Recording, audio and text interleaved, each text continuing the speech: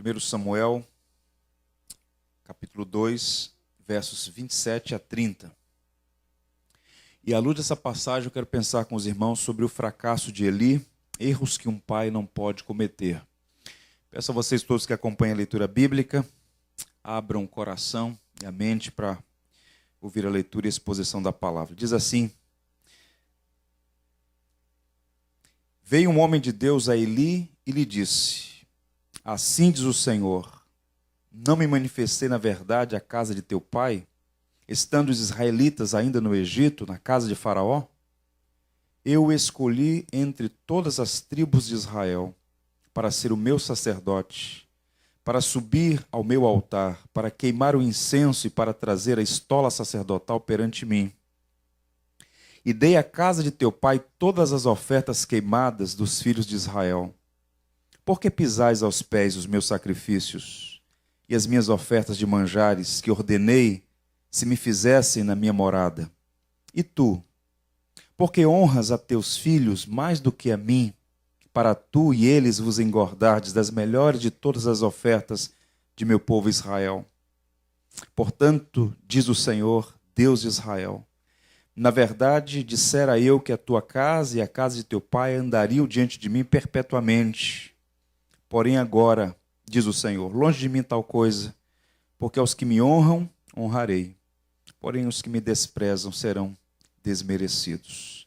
Senhor, que o teu Santo Espírito, que é guia e mestre da igreja, ilumine as nossas mentes e corações para compreender a tua palavra. Nós rogamos para que os teus propósitos se realizem em nossas vidas nesta manhã e saiamos daqui encorajados a obedecer a tua palavra. Abençoa de uma maneira muito especial a todos os pais, que eles sejam encorajados, exortados por tua palavra, a fim de fazerem sempre aquilo que é agradável a ti. Te louvamos por todos aqueles que voluntariamente e em sinal de obediência fizeram suas ofertas nessa manhã. Que o Senhor a todos abençoe com sua bondade, graça e generosidade. Oramos em nome de Jesus Cristo, nosso Salvador. Amém. Meus irmãos, a paternidade é um dom de Deus. Ouçam, dom, presente, dádiva de Deus. O Criador, que é o autor da vida, concede aos homens o privilégio de ser pai. É um privilégio. Agora observem que esse é um privilégio que vem acompanhado de muitas responsabilidades. E essa passagem que nós acabamos de ler fala sobre algumas responsabilidades, ou nos chamam a atenção para alguns deveres que devemos considerar. Por quê? O exercício da paternidade é um ministério. Ser pai é um ministério. E é um ministério que tem implicações sobre o lar, sobre a igreja, sobre a sociedade.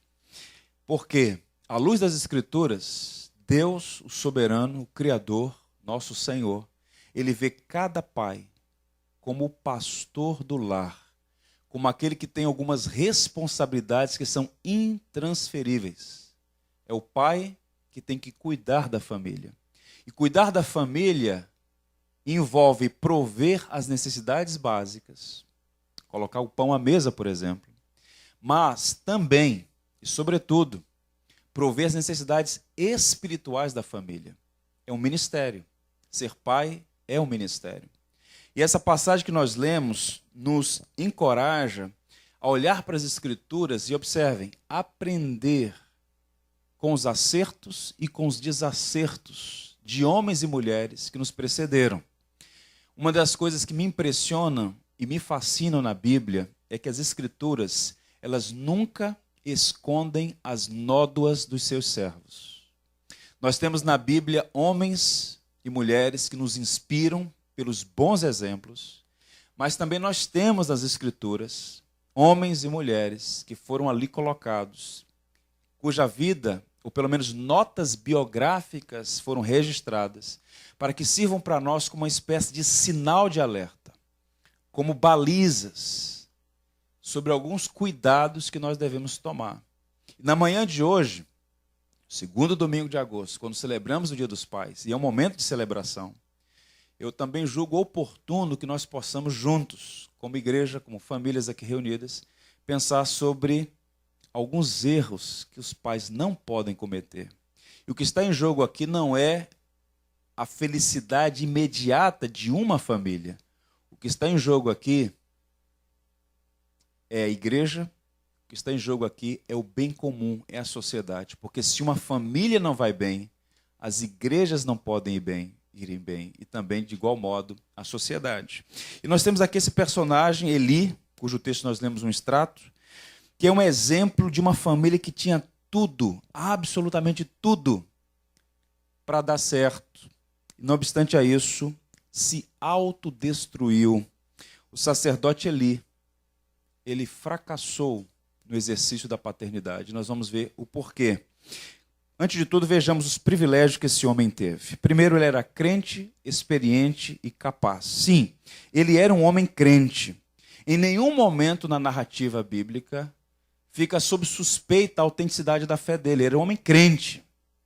Ele tinha um compromisso com Deus. Ele obedecia à lei de Deus. Ele era um sacerdote. Ele representava o povo diante de Deus. Era um homem que instruía o povo na palavra e mais, intercedia pelo povo. Essa era a dupla função de um sacerdote: instruir o povo e interceder pelo povo. O nome Eli significa Jeová é o meu Deus. E de fato ele era um homem de fé. Ele era o que os antigos chamavam de Davar Yavé. Ele é a boca de Deus. Razão pela qual, quando Ana, mãe de Samuel, o procurou, e depois de contar a sua aflição, ele deu uma palavra para Ana: vá em paz, e o Senhor conceda a petição que lhe fizeste. Tempos depois, Ana concebeu o profeta Samuel, o pequeno menino que seria o maior profeta, o maior juiz de Israel naquele momento. Portanto, ele era um homem crente. Era também um servo experiente. Quando Deus começou a falar com o jovem Samuel, ainda muito pequeno, em tenra infância, por 3 vezes Samuel não percebeu que era Deus que falava, foi ao profeta Eli, e quando ele então, experiente na arte de ouvir a voz de Deus, ele então dá uma orientação para Samuel: quando você ouvir mais uma vez essa voz, diga assim: fala, Senhor, que o teu servo ouve. Ele era um homem experiente, era um servo experiente, era capaz de discernir a voz de Deus. Portanto, era um homem de espiritualidade sensível, digamos assim. Era um homem de estatura espiritual. Era também um líder capaz, não era alguém inconstante. Observe, nesse momento da história, ele ministra em Siló, onde estava estabelecida a arca, e por 40 anos ele é o sacerdote de todo Israel e é o juiz da nação. Então, uma figura importante na história. Por 40 anos, sacerdote e juiz em todo Israel. Portanto, ele era um pai crente, um líder experiente, e naquela família sacerdotal, Deus abençoa, ele tem filhos, e possivelmente filhas também. E o texto não menciona a esposa de Eli, mas fala bastante sobre os filhos de Eli. E o que é dito sobre os seus filhos não é bom, não é agradável, razão pela qual ele entra para a história como uma espécie de modelo oposto daquilo que nós podemos imitar. E aqui nós vamos então observar na narrativa do capítulo 2, do texto que lemos, alguns pecados dos filhos de Eli, só para montar uma espécie de retrato 3x4 de como aquela família, que tinha tudo para ser uma família referencial e por alguns motivos acabou se autodestruindo. Vejamos então os pecados dos filhos de Eli. Primeiro, eles eram sacerdotes, mas absolutamente profanos. O verso 12 diz assim: eram porém, olha a adversativa, eram porém, em contraste com Samuel, os filhos de Eli, filhos de Belial, e não se importavam com o Senhor. Essa expressão filhos de Belial, ela era empregada basicamente para aqueles que tinham uma impiedade profunda. Todos os homens têm algum grau de impiedade. Mas a expressão filhos de Eli era empregada para aqueles que viviam abertamente na contramão da vontade de Deus, que desobedeciam a Deus publicamente. E aqueles rapazes eram incrédulos, rebeldes, blasfemos. E observem, eram profissionais, sacerdotes profissionais, mas não se importavam com o Senhor. A expressão "e não se importavam com o Senhor" tem relação com o verbo conhecer. Eles estavam envolvidos com as coisas sagradas, eram sacerdotes, tinham uma linhagem sacerdotal. O pai era um principal sacerdote da nação. Mas o texto diz na narrativa que eles não se importavam com o Senhor. Conviviam com o sagrado, mas não tinham nenhum respeito por Deus, nenhuma afeição pelo Deus de Israel, nem pela lei, nem pelo povo. Em outras palavras, cresceram na igreja, mas não conheciam a Deus. Eles lideravam e ensinavam o povo, mas eram ímpios. O segundo retrato desses filhos de Eli, eles eram sacerdotes, mas desprezavam o culto divino. O verso 17 diz: era, pois, muito grande o pecado destes moços perante o Senhor, porquanto eles desprezavam a oferta do Senhor. Tudo em Israel, absolutamente tudo, em particular no que tange a vida cultica de Israel, estava prescrito na lei. O Deus Criador também é legislador, e ele estabeleceu os modos pelos quais ele deve ser adorado. E os sacerdotes sabiam como Deus exigia, está na lei. E o texto vai dizer que eles não respeitavam, porque eles desprezavam a oferta do Senhor. Em outras palavras, eles faziam do sacerdócio apenas um meio para prover as suas necessidades, para satisfazer os seus apetites, não davam honra ao nome do Senhor. Eram apenas rituais. Uma prática religiosa sem nenhum senso de maravilha, sem nenhum temor a Deus. E a expressão que é usada aí, eles desprezavam a oferta ao Senhor. Um quadro triste. E prossegue. Eles eram sacerdotes, mas viviam escandalosamente na imoralidade. O verso 22 diz: era, porém, Eli já muito velho, e ouvia tudo quanto seus filhos faziam a todo Israel, e de como se deitavam com as mulheres que serviam à porta da tenda da congregação. Aqueles chegam ao fundo do poço da perversidade, da impiedade, adquiriram uma má fama e nem trataram de ocultá-la. Observem, eles pecavam contra as pessoas de quem deviam cuidar. Eram assim que procediam aqueles sacerdotes. Eram homens casados, mas viviam uma vida inadequada, imprópria, imoral. Eles não respeitavam a Deus, nem seus cônjuges, nem a palavra de Deus, nem o sacerdócio, do qual tinham o privilégio de poder participar. E para fechar esse quadro tenebroso, eles eram sacerdotes, mas faziam o povo tropeçar. O verso 24 diz: não, filhos meus, porque não é boa a fama esta que ouço. Estás fazendo transgredir o povo do Senhor. Ou seja, por serem líderes, eles não eram neutros. Por quê? Os pecados dos mestres são os mestres do pecado. Todo pecado é grave, mas o pecado de um líder é mais grave ainda, porque leva as demais pessoas que estão debaixo de sua liderança a pecar. De modo que o próprio Eli reconhece: não é bom o que tenho ouvido sobre vocês. Vocês estão fazendo todo o povo transgredir. Eles eram um péssimo modelo para toda a nação de Israel. E o que é que esse quadro nos apresenta aqui? Você tem um homem crente, um servo experiente, um líder capaz, que por 40 anos lidera uma nação inteira. Não havia reis em Israel nesse momento. A figura do sacerdote exerce também uma autoridade civil. Ele é o juiz de Israel. Ele tem filhos que também estão envolvidos na vida de Israel, na liderança da nação. Mas os seus filhos, e os filhos aqui no plural, não sabemos os pormenores, mas pelo menos 2 deles viviam nesse quadro que o próprio narrativo do capítulo 2 nos apresenta. E essa realidade é para nós uma espécie de sinal de alerta sobre alguns perigos que nós devemos evitar, tomar cuidado, em particular os pais. Mas antes de prosseguir e mostrar esses erros que um pai não pode cometer, eu gostaria de dar aqui uma palavra de encorajamento, especialmente aos pais. Muitos pais precisam ser libertos, ouçam, muitos pais precisam ser libertos da tirania da culpa e do medo do fracasso. Por quê?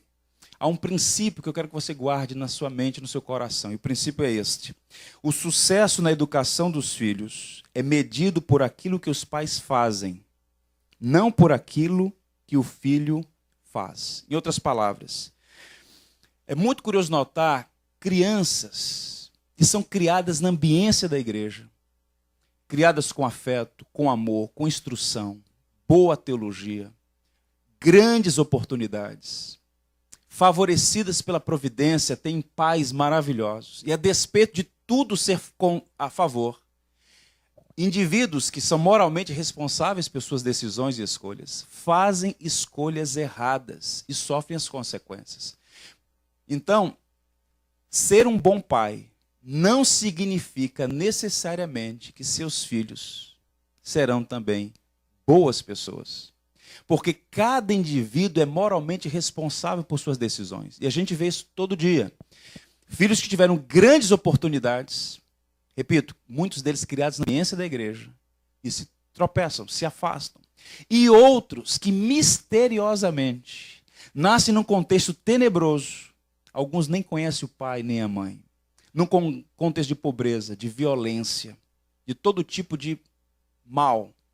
E a graça de Deus vai lá, restaura, salva e restaura. E nós podemos ver lá na frente duas pessoas, uma que teve muitas oportunidades, boas oportunidades, e se extraviou por um caminho tenebroso e irreversível. E outras que nasceram numa ambiência absolutamente desfavorável. E pela graça de Deus, lá na frente fez boas escolhas e são modelos e exemplo. Então, qual é a responsabilidade do pai? Você é responsável por aquilo que você faz e não por aquilo que seu filho virá a fazer. Os erros de Eli, como nós apontaremos aqui, se deu porque ele não fez o que devia fazer. Samuel fez e alguns de seus filhos se extraviaram. A responsabilidade do pai, portanto, é fazer aquilo que a palavra nos coloca como responsabilidade intransferível. Dada essa palavra de encorajamento, vamos ver então quais foram os pecados que Eli cometeu. Primeiro, ele é um homem ausente. Eli não tinha tempo para a família. Tente imaginar. Ele é o sacerdote de Israel, ele é o juiz de Israel, um homem que tinha uma agenda extremamente intensa, era sacerdote e juiz por 40 anos. Ele é respeitado, ele tem uma ficha de serviços prestados à nação, ele é respeitado inclusive fora dos círculos geográficos de Israel. Ele era um pai que, possivelmente, pelo que aconteceu, que não estava tão presente na vida dos filhos. Ele sempre muito ocupado, cuidando dos filhos dos outros, ouvindo, aconselhando famílias, ajudando a resolver o problema dos outros, esquecendo-se da sua própria família, dos seus próprios filhos. Os outros pais podiam, por exemplo, contar para os filhos a história de Abraão, de Isaque, de Jacó, mas Eli, assoberbado, possivelmente não tinha tempo para instruir os filhos ou compartilhar com os filhos. Por exemplo, a história dos patriarcas. E os seus filhos, Ofni e Finéias, não tinham um pai disponível. Eles moravam dentro da igreja, mas não tinham um pai presente. Eles não tinham um pastor no lar. Você, pai, é um pastor na sua casa. Você deve pastorear a sua família. E eu quero dizer aos irmãos aqui, nada substitui a presença do pai. Presentes não substituem presença. O que o seu filho mais precisa é da sua presença. De uma presença que seja uma influência positiva na vida do seu filho, na vida da sua filha, dos nossos filhos. Hoje, uma das maiores tragédias no mundo contemporâneo, chamado pós-modernidade, é a tragédia dos filhos órfãos de pais vivos. Uma das crises mais agudas na sociedade contemporânea é a ausência dos pais na vida dos filhos. Os pais estão sempre dizendo amanhã, amanhã, amanhã. E um dia desses eles vão acordar e perceber que o tempo passou. O diálogo está morrendo nos lares, há um silêncio no lar assombroso, uma arma de destruição tenebrosa, o silêncio dentro da casa. Quando os filhos são pequenos, eles querem brincar com os pais, eles querem se envolver com a vida dos pais, mas chega um momento que os filhos crescem, agora os pais querem ficar com os filhos, mas o tempo passou. Portanto, é oportuno parar e refletir sobre que tipo de vida nós estamos vivendo. Como pais, que tempo nós oferecemos à nossa família, em particular aos nossos filhos. Quando estava pensando sobre esta situação de Eli e as consequências sobre a vida da sua família, me veio à memória um fato que se deu aqui, na Lagoa Rodrigo de Freitas. Para ser preciso, no dia 16 de setembro de 2005. Um jovem criado na zona sul do Rio de Janeiro,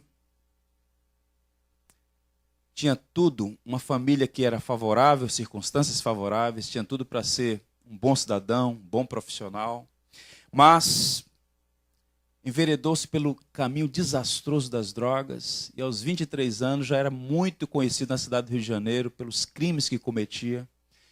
E numa perseguição com a Polícia Militar do Rio de Janeiro, foi assassinado aqui, na Lagoa Rodrigo de Freitas. Seu nome era Pedro Machado Lomba Neto. 23 anos de idade. Jovem, bonito, saudável, mas com a alma perturbada pelo pecado. Quando eu li a matéria, na manhã do dia seguinte, uma das coisas que mais me chamou a atenção foi o depoimento do pai. O pai foi uma das primeiras pessoas que chegou logo após o assassinato dele aqui na Lagoa Rodrigo de Freitas. E o pai disse uma coisa que foi registrada nos jornais. Meu pecado foi estar ausente da vida do meu filho. Meus irmãos, o que eu estou dizendo aqui é absolutamente sério. Ouçam a palavra de Deus. Dê tempo para a sua família. Faça da sua família prioridade. Reajuste a sua agenda.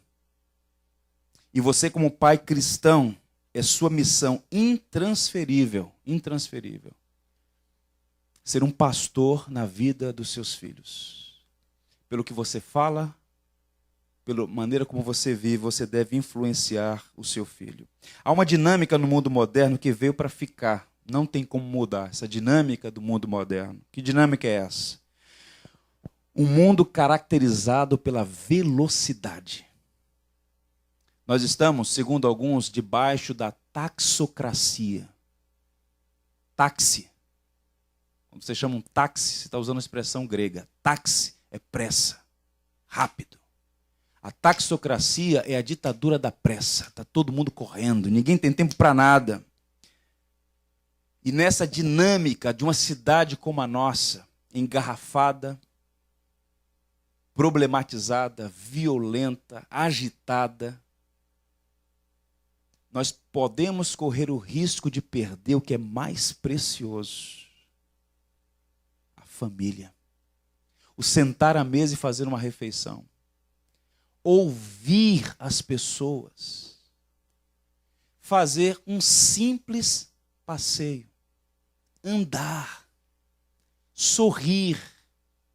Chorar junto. Vida familiar.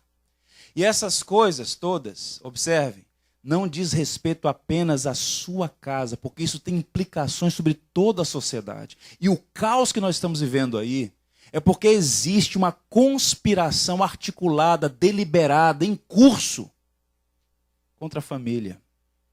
Os valores que são base da civilização ocidental, os valores morais judaico-cristãos, estão sendo dinamitados. E ideias têm consequências. E tudo que a gente está vendo aí, observe, a mídia, a mesma mídia que lamenta os sintomas, ela mesma produz as causas, à medida que ela destrói as bases familiares. Nosso problema, irmãos, não é fundamentalmente político, nem econômico, nem social. Nosso problema é moral e espiritual. Não existe a possibilidade de uma nação forte, segura, sem que haja famílias saudáveis. E a igreja, que é esta nova sociedade, esta nova comunidade de pessoas que foram salvas pela graça, a igreja precisa chamar para si a responsabilidade de ser luz. E ser luz em que sentido? De ser um instrumento pedagógico, de ser uma baliza moral, de ser uma referência. O apelo aqui não é para perfeccionismo. Todos nós somos pecadores, todos nós temos as nossas crises. Não há pai perfeito, não há mãe perfeita, como não há filhos perfeitos, não há famílias perfeitas. Todos nós temos as nossas lutas e as nossas crises. Mas a graça de Deus é suficiente para fazer de nossas famílias saudáveis, abençoadas e abençoadoras. Mas para isso, entre outras coisas, tem que fazer um reajuste na agenda. O brilhante C.S. Lewis dizia: põe as primeiras coisas em primeiro lugar e teremos as segundas a seguir. Põe as segundas coisas em primeiro lugar e perderemos ambas. Então, o que é de maior importância deve ocupar o primeiro lugar. Então, é Deus, família e todo o restante vem no reboque. Priorize Deus na sua família, Deus na sua vida, sua família.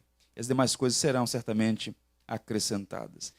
Eu li, alguns anos atrás, um texto de um brilhante advogado de Nova York, que na ocasião da posse do que seria, digamos assim, a nossa OAB aqui, uma organização dos advogados da cidade de Nova York. Então, no dia da posse dele, como presidente daquela organização, ele leu um texto agradecendo ao seu pai, e ele chamou aquele texto de o melhor presente que eu recebi. Eu quero ler para vocês o extrato, uma tradução livre. Seria o seguinte: o melhor presente.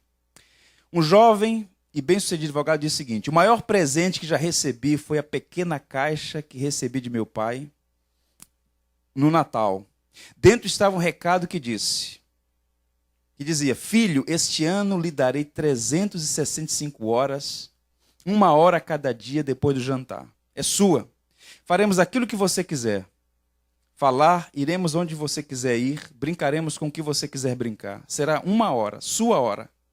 Meu pai não somente guardou aquela promessa, disse o advogado, mas a cada ano ele a renovou. E é o melhor presente que recebi na minha vida. Eu sou o resultado do tempo dele. Tempo com o filho, tempo com a família. De todas as coisas que você vai ouvir hoje aqui, guarde essa primeira grande lição. Dê tempo para a sua família. Porque o tempo de dar tempo faz toda a diferença. O livro de Eclesiastes diz: tudo tem o seu tempo determinado e há tempo para todo propósito debaixo do céu. Vamos ler juntos? Tudo tem o seu tempo determinado e há tempo para todo propósito debaixo do céu. Há tempo para a família, irmãos. Um outro erro que devemos evitar, que estava presente na vida de Eli: um homem omisso. Eli foi um pai negligente. O fracasso de Eli, irmãos, não se deu da noite para o dia. Não foi repentino, foi processual. Eu diria o seguinte: ele não caiu. Ele foi caminhando para baixo. Há uma diferença entre queda e certos desastres. Uma queda, por definição, é uma coisa não premeditada. Inadvertida, é um tombo. Caiu, não planejou, caiu. O que acontece com esse homem chamado Eli não é uma queda. É uma tragédia processual. Ele vai caminhando ladeira abaixo até chegar fundo do poço. Sempre que um servo ou uma serva de Deus caminha na contramão da vontade de Deus, o Senhor graciosamente, vejam como Deus é bom, Deus graciosamente adverte, disciplina, chama ao arrependimento. Cuidado, abre os seus olhos. Antes de avançar, é preciso dizer que nós temos uma dificuldade inerente com a advertência. Via de regra, nós temos um certo bloqueio com a advertência.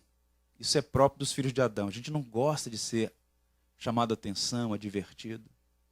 Mas observe, Deus graciosamente nos adverte porque Ele nos ama.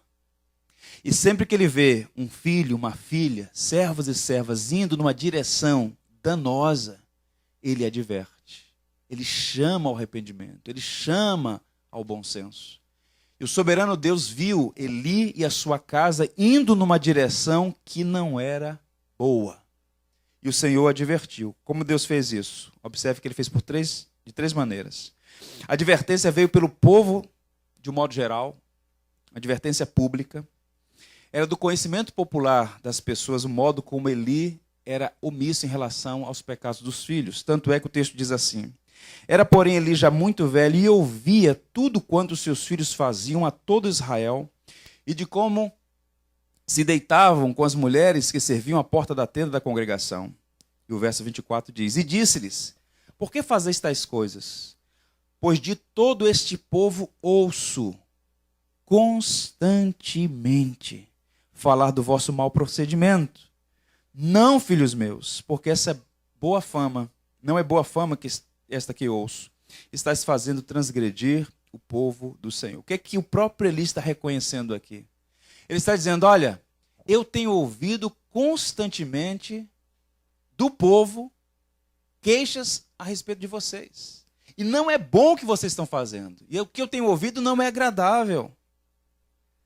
Mas observe o que ele faz. Ele faz uma advertência, mas é uma advertência frouxa.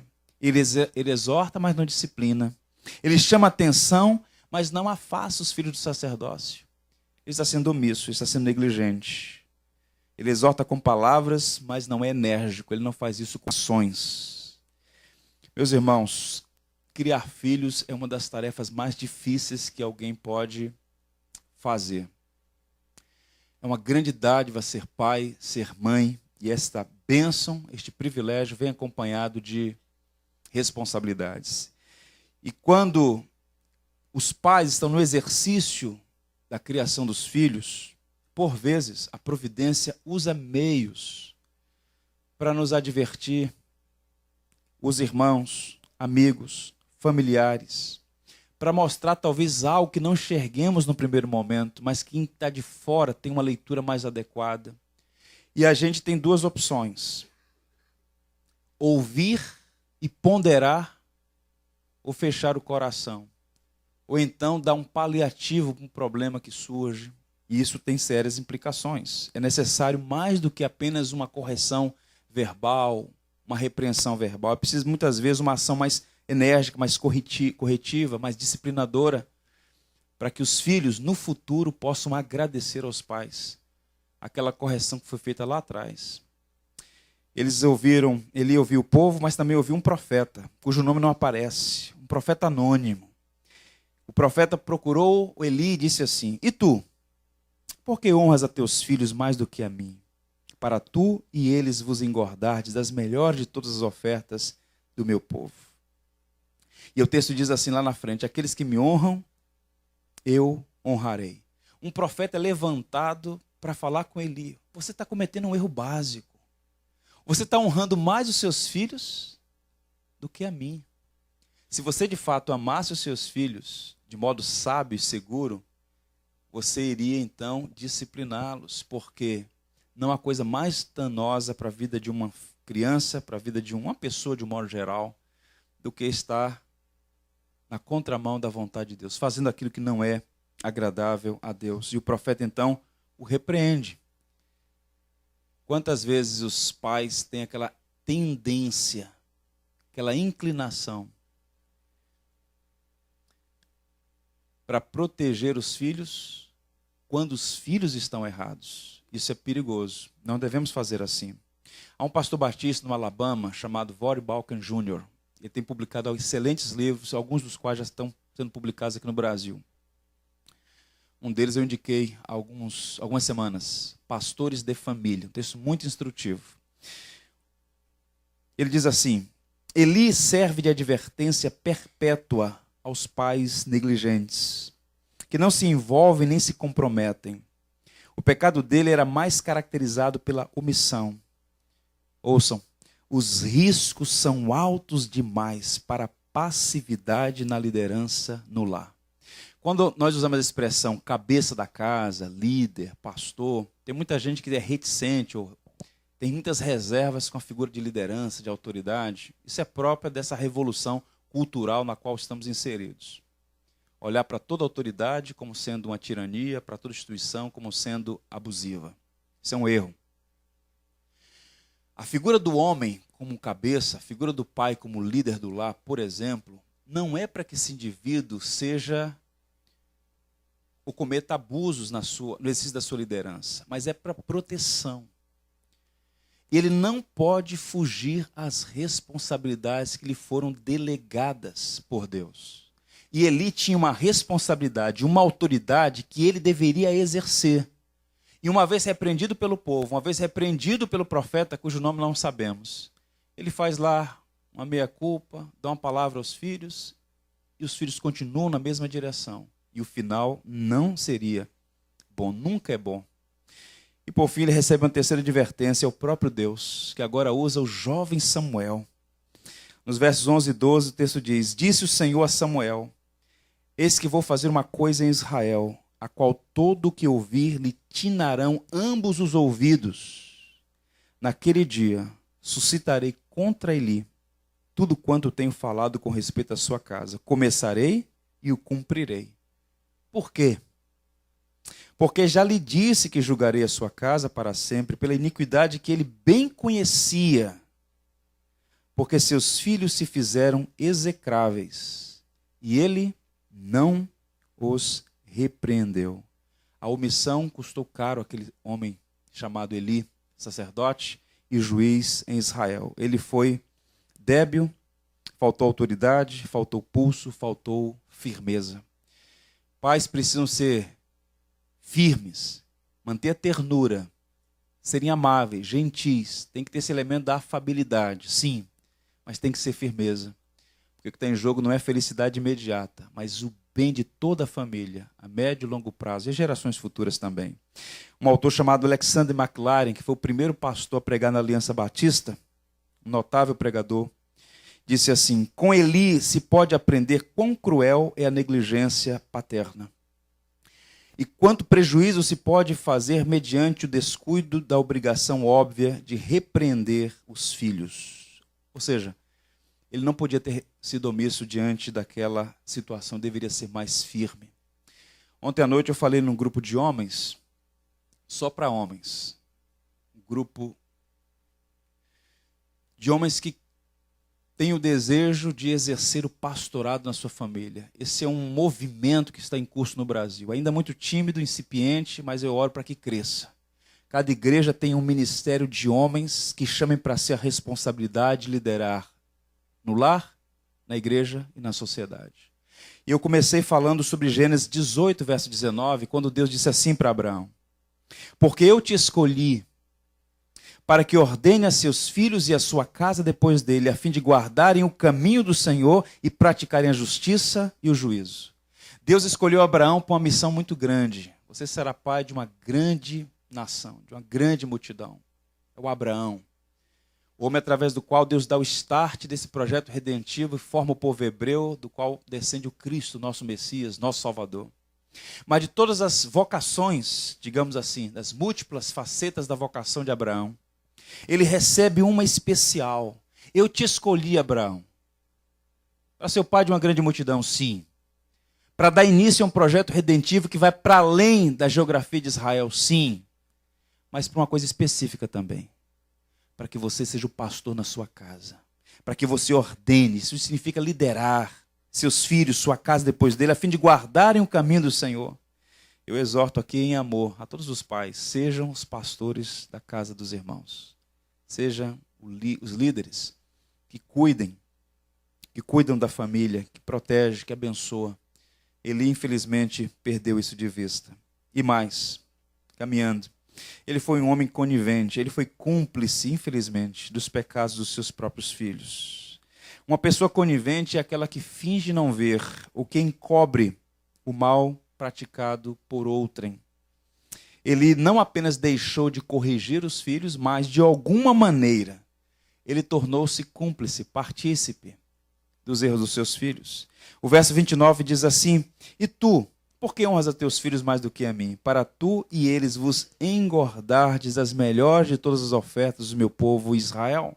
A expressão que é usada aqui pelo profeta diz respeito ao fato de que os filhos, como sacerdotes e o próprio Eli, de acordo com a lei, eles tinham uma porção daquelas ofertas.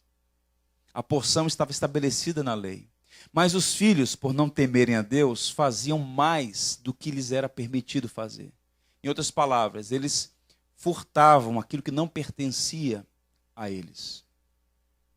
E o texto está dizendo que, de alguma maneira, Eli também foi cúmplice daquilo. Tanto é que o texto vai dizer para que eles e você também usufruam de algo que não lhes pertence. Em outras palavras, Eli aceitou o estilo de vida que os filhos estavam vivendo. Observe como é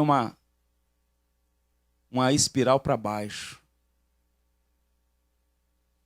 Finge não ver e encobre o mal praticado. Há uma síndrome, que alguns chamam de síndrome do avestruz. É um indivíduo que enterra a cabeça para fingir não enxergar a realidade. Eli estava mais ou menos assim, tapando o sol com a peneira, como há uma expressão, tentando encobrir o pecado dos filhos. Isso realmente é grave. É uma espécie de pai bonachão que confunde ser bondoso, ser tolerante com o que pode ser tolerado, com atravessar fronteiras que não podem ser removidas, que não podem ser desrespeitadas.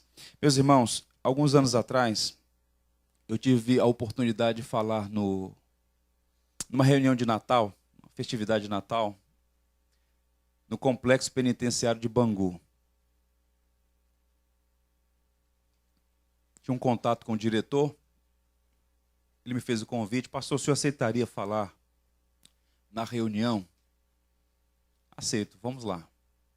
Cheguei antes, fui à sala dele, conversamos sobre alguns assuntos, e uma das coisas que ele me disse, e eu atestei, depois conversando com alguns presos, no pavilhão dos homens, depois no pavilhão das mulheres, a quantidade de homens e mulheres presos que tinham uma suposta base cristã, que tinham sido criadas na ambiência da igreja.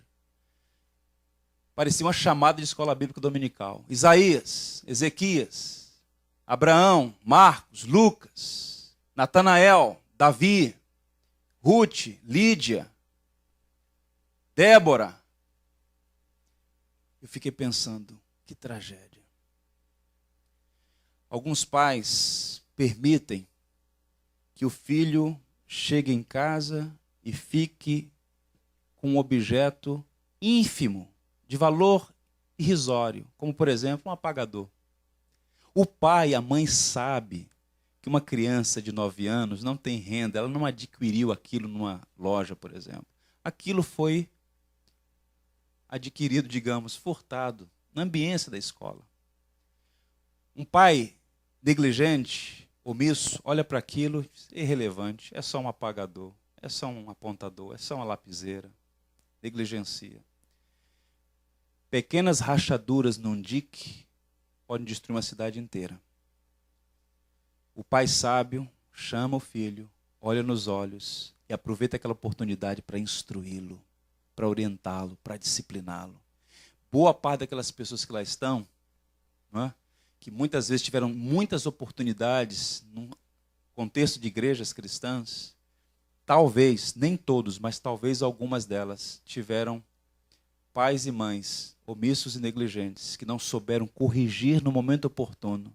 E aquele que furta hoje um apagador, amanhã comete um delito maior, uma fraude maior, e às vezes se envolve em assuntos, em crimes tenebrosos.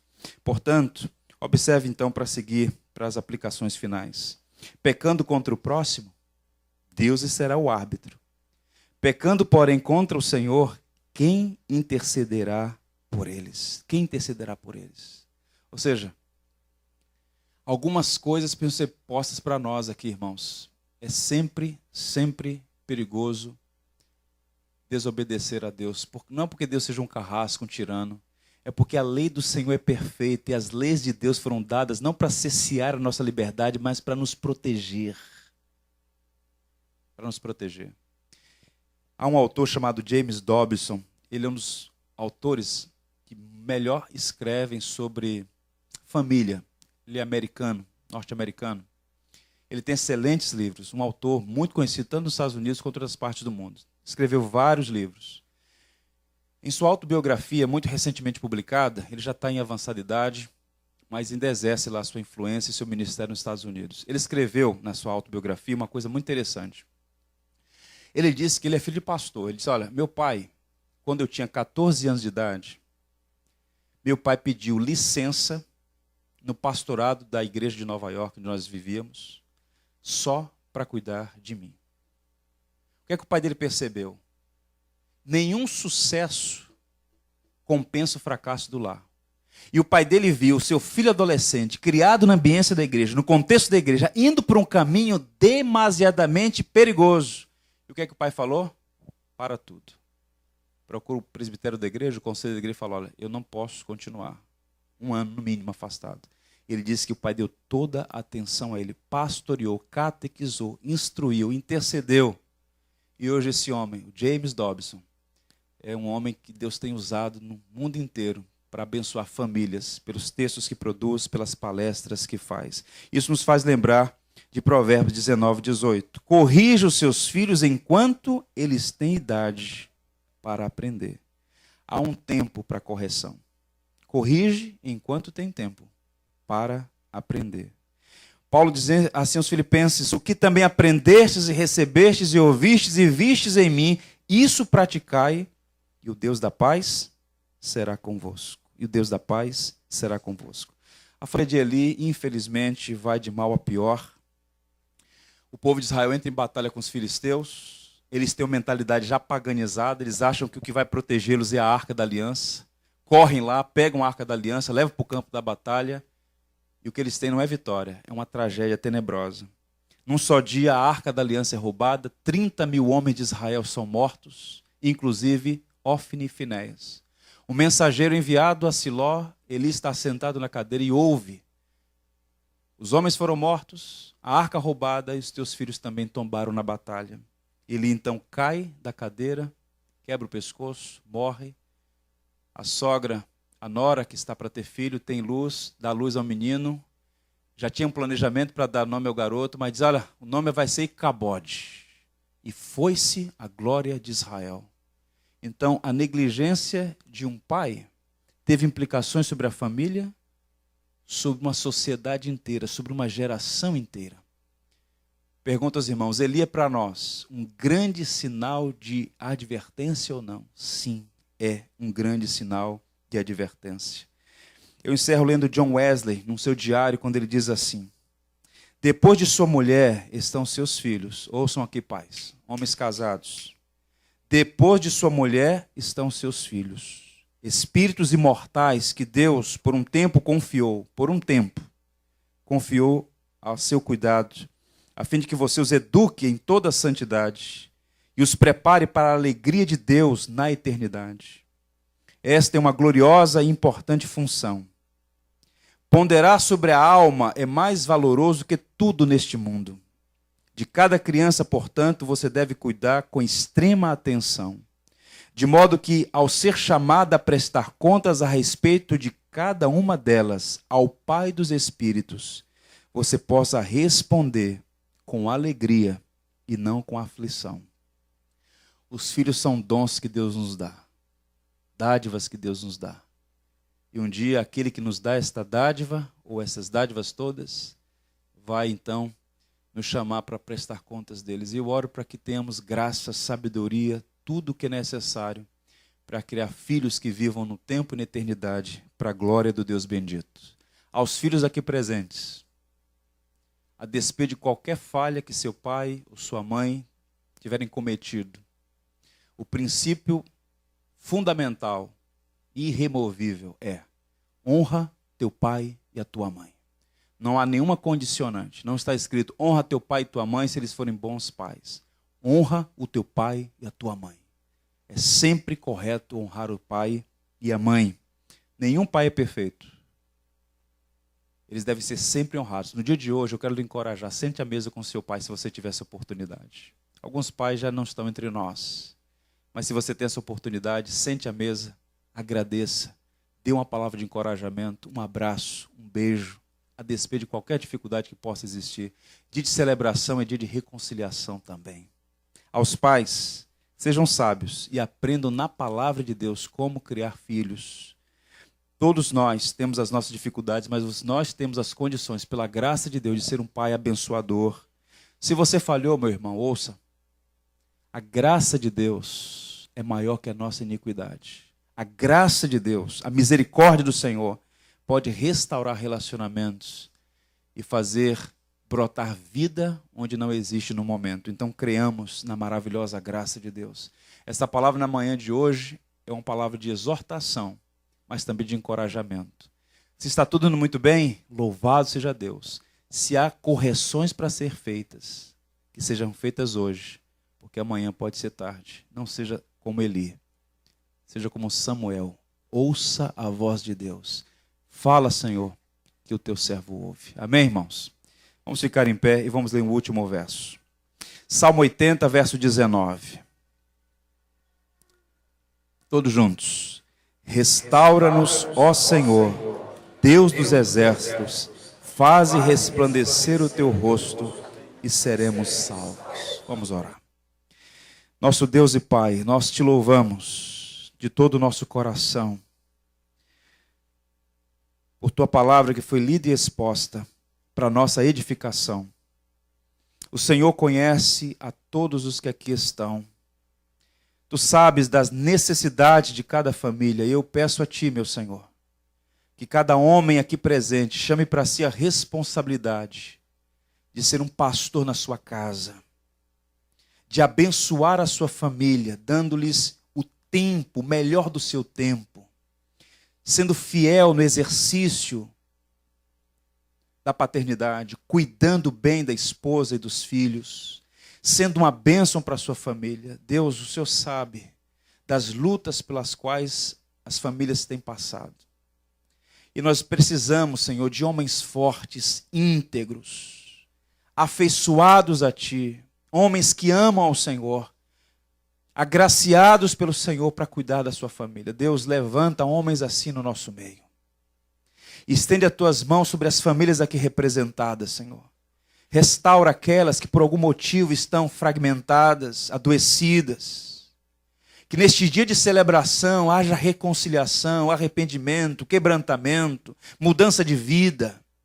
Que seja um divisor de águas na vida de muitas famílias. Para que haja paz, alegria, contentamento, vida nas famílias e na igreja. E que essas mudanças possam impactar a sociedade na qual estamos todos inseridos.